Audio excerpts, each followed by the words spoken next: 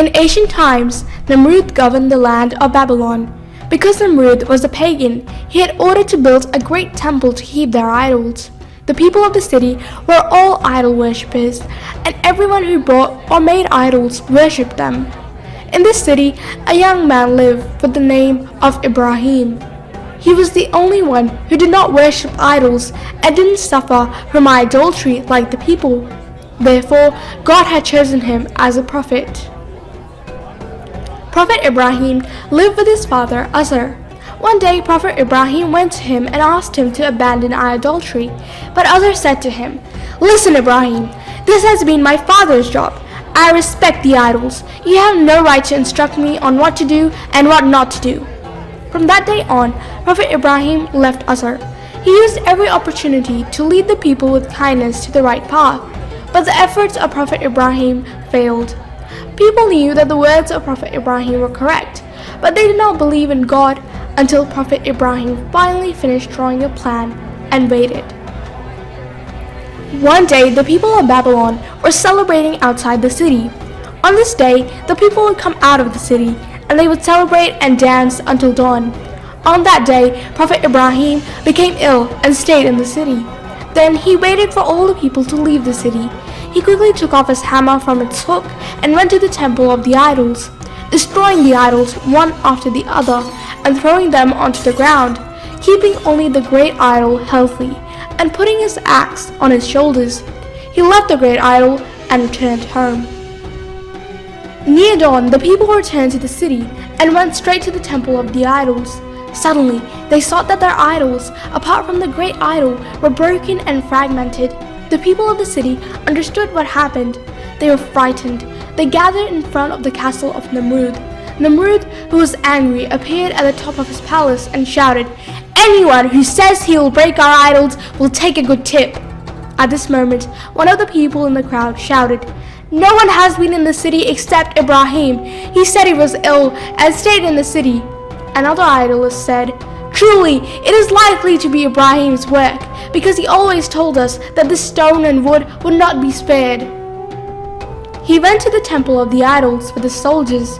Namrud ordered Prophet Ibrahim to be arrested and be brought to the castle.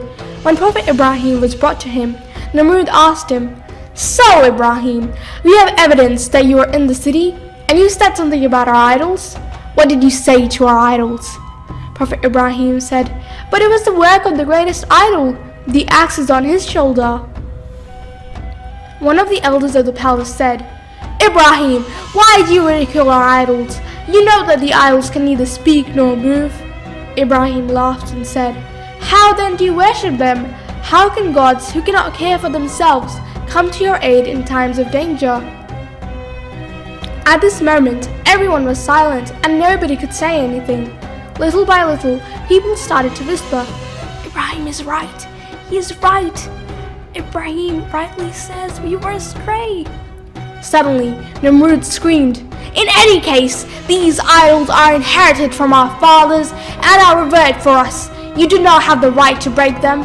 You must be punished. Your punishment is burning in the fire." He ordered people to gather firewood as much as possible. Several people went to the desert and gathered firewood.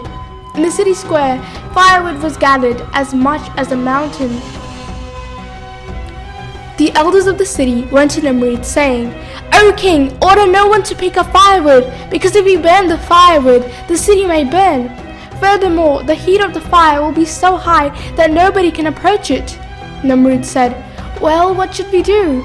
All the courtiers were silent and did not know what to say. Namrud said, "Go and find a way." The devil ordered the wooden boards, iron nails, leather ropes, axe, and all that he needed to be brought to him. Dozens of carpenters, blacksmiths, and workers worked with the help of Satan and made a great catapult. Then they brought Prophet Ibrahim. They laid him on the catapult. Then several strong men drew the catapult rope and dropped them with the command of Namrud. Prophet Ibrahim landed right in the middle of the tabernacle of fire. People were silent in terror, but with a laugh of Namrud and Satan they rejoiced. "Everyone be silent!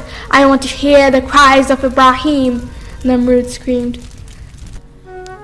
Everyone was silent, but suddenly they saw that the fire had subsided and its tabs turned to the foliage of colorful flowers.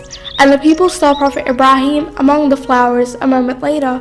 The mouths of all people were left agog and utterly surprised. Namrud, who was sweating and trembling with fear, suddenly shouted, "Anyone who wants to choose a god should choose a god like the God of Prophet Ibrahim." That same day, most people, like Namrud, believed in the great God. But the people around Namrud came to him and said, "If you believe in him, you will lose your royal throne, so come back again to our faith."